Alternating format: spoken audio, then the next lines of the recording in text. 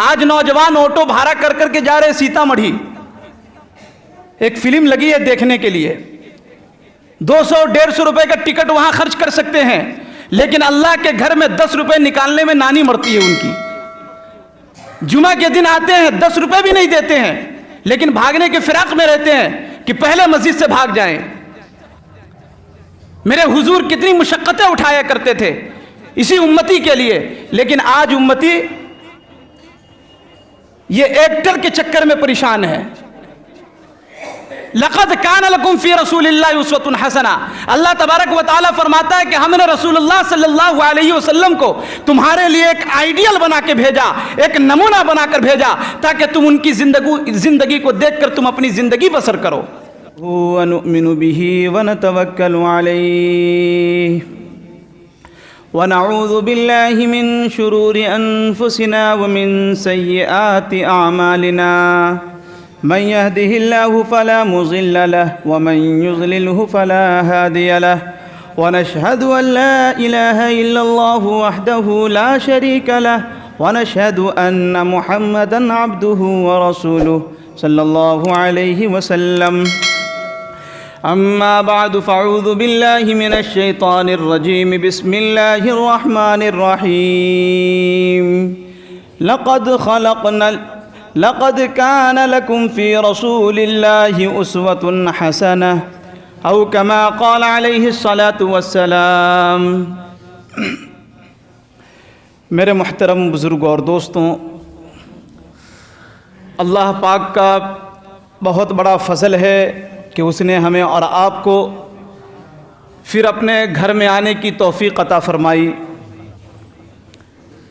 آپ تمامی لوگوں سے گزارش ہے کہ پہلا سب پر کر لیں، پہلا سب، دوسرا سب پورے اچھے طریقے سے پر کر لیں۔ جو لوگ بعد میں آتے ہیں تو آ جائیں بھائی، آگے آ جائیں، سب کو پوری کر لیں، سب پوری کر کے بیٹھیں گے تو اچھا رہے گا۔ قسمت بدل دی پل میں زمین آسمان کی، قسمت بدل دی پل میں زمین آسمان کی، کون و مکاں کو دیکھنے لائق بنا دیا، یعنی میرے حضور کو دنیا میں بھیج کر رب نے جہاں کو دیکھنے لائق بنا دیا۔ معزز حضرات، اللہ تبارک و تعالیٰ کا بے انتہا کرم ہے، فضل ہے، احسان ہے کہ اس نے ہمیں اور آپ کو دنیا کی تمام گندگیوں سے کاٹ کر چھانٹ کر امت محمدیہ میں پیدا فرما کر دل کے برتن میں ایمان نصیب فرمایا۔ میرے محترم بزرگوں اور دوستوں، یہاں پر ہمارا جمع ہونا، اللہ کے گھر میں آنا، یہ ہماری ذاتی مفاد کے لیے ہم لوگ نہیں یہاں پر آئے، بلکہ اللہ تبارک و تعالیٰ کو راضی کرنے کے لیے یہاں پر آئے ہیں۔ میں نے گزشتہ جمعہ سے پہلے والے جمعہ کو ایک آیت کریمہ کا میں نے تلاوت کیا، لقد کان لکم فی رسول اللہ اسوۃ حسنہ۔ ٹائم ختم ہو گیا، ترجمہ کرنے کا وقت نہیں ملا، اس لیے اس ہفتے اسی آیت کے تعلق سے آپ سے گفتگو کروں گا۔ بس تھوڑی سی توجہ آپ سے یہ ہے کہ میری بات بغور سماعت کریں گے تو انشاءاللہ آپ کو لطف بھی آئے گا، اور انشاءاللہ کچھ عشق رسول آپ کے دل میں بیدار بھی ہوگا، پیدا بھی ہوگا۔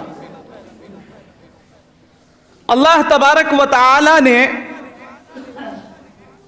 ہر چیز کو چننے کے بعد میرے آقا علیہ الصلاۃ کو دنیا میں بھیجا۔ یہ زمین، آسمان، چاند، سورج، ستارے، چرندے، پرندے، جتنے بھی چیز دیکھ رہے ہیں یہ سب میرے آقا کے صدقے میں ہیں۔ میرے آقا کی ذات اقدس تو وہ ہے کہ جس کا تذکرہ اللہ خود فرما رہا ہے اپنے قرآن مقدس میں، وَرَفَعْنَا لَكَ ذِكْرَكَ، محبوب ہم نے آپ کے ذکر کو بلند کر دیا۔ کیا فرمایا؟ محبوب ہم نے آپ کے ذکر کو بلند کر دیا۔ اللہ تبارک و تعالی ہم فرما رہے ہیں، حالانکہ عہد ہے، ہم جمع کے لیے آتا ہے، اکیلا ہے، ہم جمع کے لیے آتا ہے، یگانہ ہے، ہم جمع کے لیے آتا ہے، یکتا ہے، ہم جمع کے لیے آتا ہے، لیکن اللہ تبارک و تعالی ہم ہر اس مقام پر لگایا ہے جہاں بڑے دعوے والی بات ہے کہ میرے علاوہ یہ کام کوئی نہیں کر سکتا۔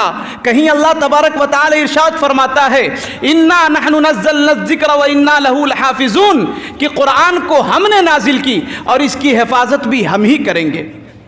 کہیں اللہ تبارک و تعالی کا ارشاد ہے، اللہ تبارک و تعالی فرماتا ہے وَمَا أَرْسَلْنَاكَ إِلَّا رَحْمَةً لِّلْعَالَمِينَ، محبوب ہم نے آپ کو رحمت بنا کے بھیجا ہے۔ اور یہاں اللہ تبارک و تعالیٰ فرما رہے وَرَفَعْنَا لَكَ ذِكْرَكَ، محبوب ہم نے آپ کے ذکر کو بلند کر دیا، آپ کسی کے محتاج نہیں ہیں۔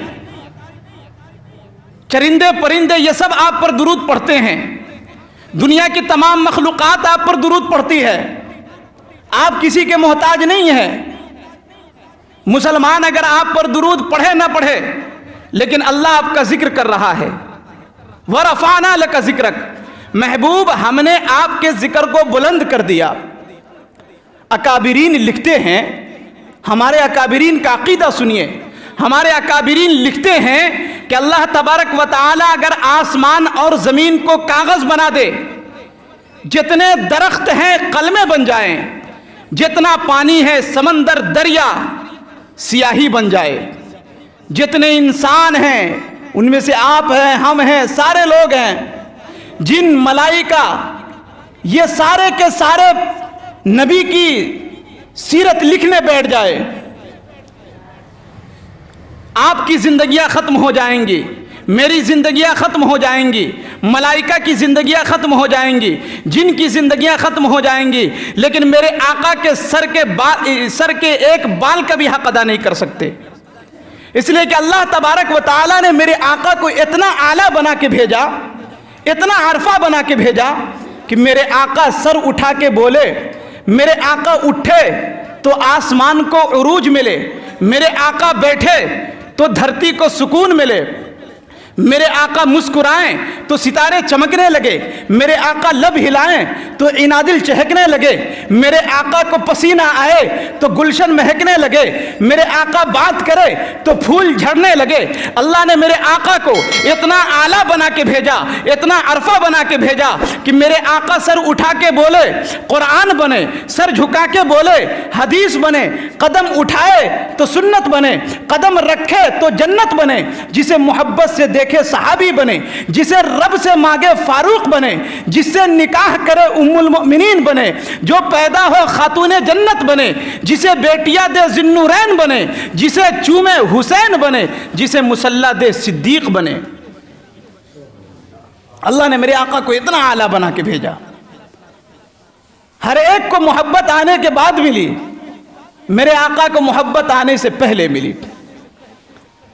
اس لیے میں کہا کرتا ہوں کہ جہاں تک بات ہے اللہ کے پیغمبر کے شان و مقام کی، اللہ کے نبی کی سیرت و صورت، عظمت و رفعت اور منقبت کی، تو یہ عنوان اتنا بڑا سمندر ہے، اتنا بڑا بحر بے قرار ہے، جس کے ایک کنارے سے دوسرے ساحل تک آج تک کوئی مائی کا لال جا ہی نہیں سکا۔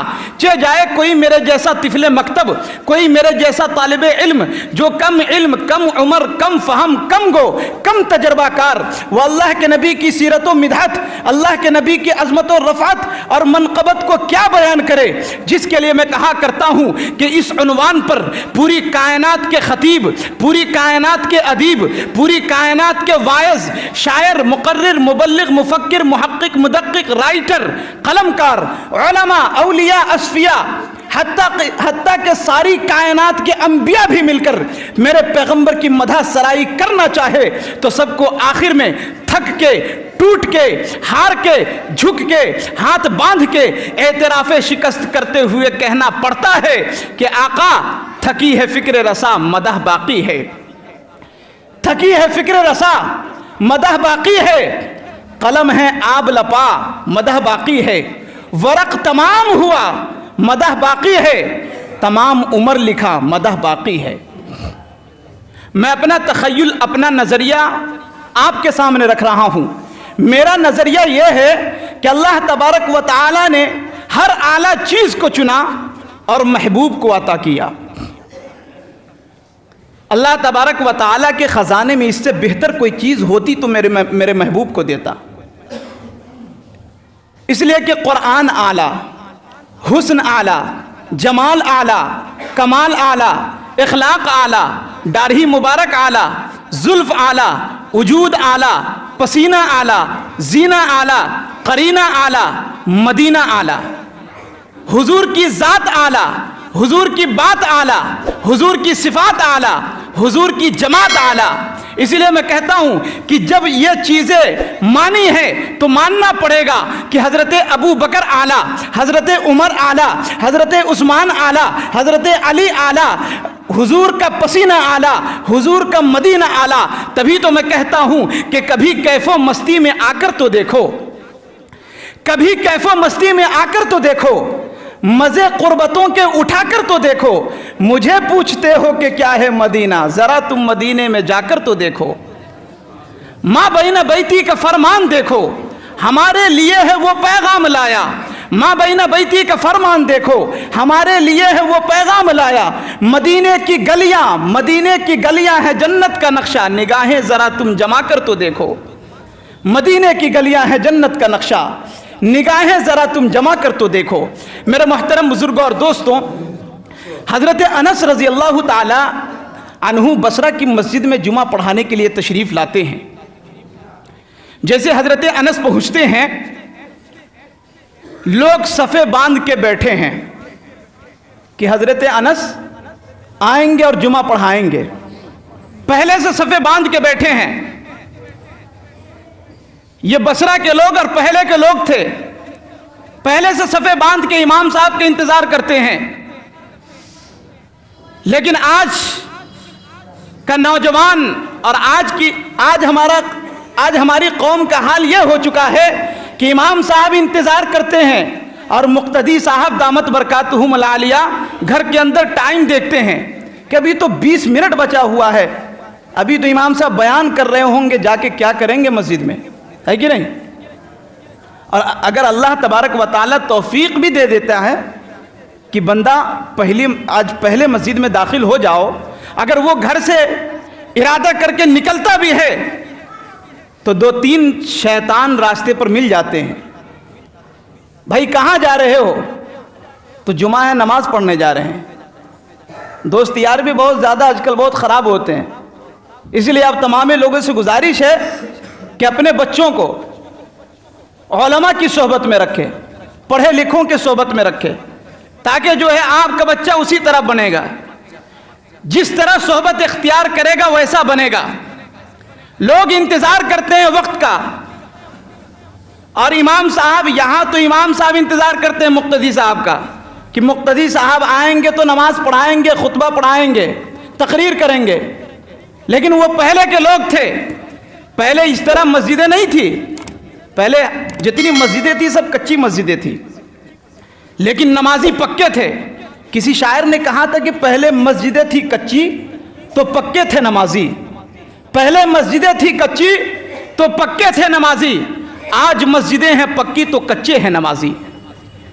میرے محترم بزرگوں اور دوستوں، انتظار کرتے کرتے خطبے کا وقت ہو جاتا ہے، تب دھیرے دھیرے نوجوان آتے ہیں، اور یہ بھی توفیق نہیں ہوتی کہ اندر والے حصے میں کبھی آ کر بیٹھیں۔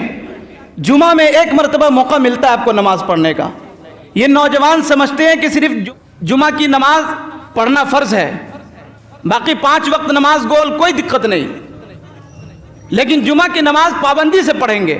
اور کچھ ایسے ہیں جو نماز بھی نہیں پڑھتے، جمعہ کی نماز بھی نہیں پڑھتے ہیں۔ مقتدی صاحب دامت برکاتہم آئیں گے سب سے لاسٹ میں اور بیٹھیں گے گیٹ کے پاس، پیچھے بیٹھیں گے،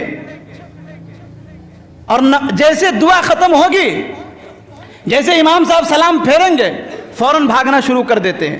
سنت بھی پڑھنے کی توفیق نہیں ہوتی۔ آج مسجد کا حال دیکھیے آپ لوگ اپنی نگاہوں کے سامنے، تھوڑی نظر اوپر کریں آپ لوگ مسجد کے اوپر. اپنے گھر کو بہت اچھے عالیشان اپنا گھر بناتے ہیں، ہے کہ نہیں؟ اپنے کچن کو شاندار بناتے ہیں، ٹائلز لگاتے ہیں، لیکن اللہ کے گھر کو ویران چھوڑے ہوئے ہیں. یہ جھول دیکھیے کس طرح سے خراب لگ رہا ہے، بتائیے. اپنے گھر کو لوگ چمکاتے ہیں، ہر جمعہ کو دھوتے ہیں، صاف کرتے ہیں، لیکن کبھی توفیق نہیں ہوتی کہ اللہ کے گھر میں جا کے صاف کر دیں. مجھے بتانے میں شرم بھی آ رہی ہے کہ اس مسجد کو پینٹ ہوئے تقریباً 25 سال ہو گئے ہیں، لیکن آج تک کسی بندے کو یہ توفیق نہیں ہوئی کہ چلو آج کی تنخواہ میں مسجد میں ڈال دوں تاکہ مسجد کا پینٹ ہو جائے اچھے سے. پینٹ کی ضرورت ہے کہ نہیں مسجد کے اندر بھائی؟ جی کتنا بیکار لگ رہا ہے بتائیے. اللہ کے گھر کو اگر ہم چمکائیں گے، حضور صلی اللہ علیہ وسلم فرماتے ہیں کہ اگر کوئی اینٹ کے برابر بھی اگر کوئی مسجد تعمیر کراتا ہے تو اللہ تبارک و تعالی اس کے لیے جنت میں ایک محل تیار کرتے ہیں. اس سے بڑی کوئی دولت ہو سکتی ہے؟ آج نوجوان آٹو بھاڑا کر کر کے جا رہے سیتا مڑھی، ایک فلم لگی ہے دیکھنے کے لیے، 200-150 روپے کا ٹکٹ وہاں خرچ کر سکتے ہیں، لیکن اللہ کے گھر میں 10 روپے نکالنے میں نانی مرتی ہے ان کی. جمعہ کے دن آتے ہیں 10 روپے بھی نہیں دیتے ہیں، لیکن بھاگنے کے فراق میں رہتے ہیں کہ پہلے مسجد سے بھاگ جائیں. میرے حضور کتنی مشقتیں اٹھایا کرتے تھے اسی امتی کے لیے، لیکن آج امتی یہ ایکٹر کے چکر میں پریشان ہے.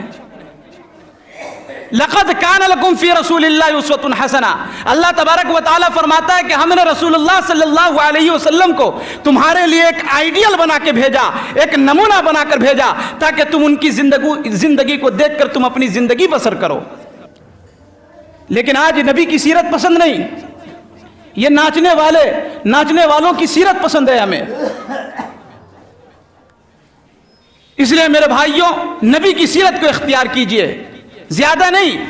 جو 100 روپے 200 روپے ادھر خرچ کرتے ہیں، اگر اللہ کے گھر میں آپ 100 روپے دیں گے، وہ 100 روپے کل قیامت کے دن آپ کے لیے وہ جواب دے گا کہ یہ مسجد میں خرچ کیا تھا، اور یہ مسجد گواہی دے گی کہ اس بندی کی سفارش کر دی جائے. جنت میں جانا تو سب چاہتے ہیں، جنت میں جانا چاہتے ہیں نا بھائی، لیکن عمل نہیں کرتے. جنت والی عمل کیسے ہوگا؟ کریں گے نا جی. جس طرح اپنے گھروں کو چمکائے ہوئے ہیں. یہ بھی بات معلوم چلی ہے، بہت شرمندگی کی بات، کہ مسجد کے لیے اگر سیکریٹری صاحب اگر کوئی جاتے ہیں کسی کے گھر پر تو اللہ اکبر، گھر اتنا عالی شان، لوگ باہر سے دیکھیں گے تو کہیں گے کروڑوں روپے لگائیں اس گھر کے اندر، لاکھوں روپے خرچ ہے اس گھر کے اوپر. لیکن 200 روپے اگر مسجد میں دینا ہوتا ہے تو وہ 100 روپے دیتے ہیں، کہتے ہیں کہ اس مہینے 100 روپے لے جائیے. 100 روپے ہے نہیں مسجد میں دینے کے لیے، لوگوں کے پاس پیسہ نہیں ہے. پیسہ دینے والی ذات کس کی ہے بھائی؟ اللہ تبارک و تعالیٰ نے پیسے دیے، ہے کہ نہیں؟ لیکن اللہ اگر پیسہ دیا ہے تو اس کا خرچ انہی کے گھر میں کریں گے نا، کہ میری موجودگی وہ اس قدر تسلیم کرتا ہے. میں قطرہ ہوں مگر دریا میری تعظیم کرتا ہے. اور خدا دولت نہیں دیتا کبھی کنجوس لوگوں کو، خزانہ اس کو ہی دیتا ہے جو تقسیم کرتا ہے.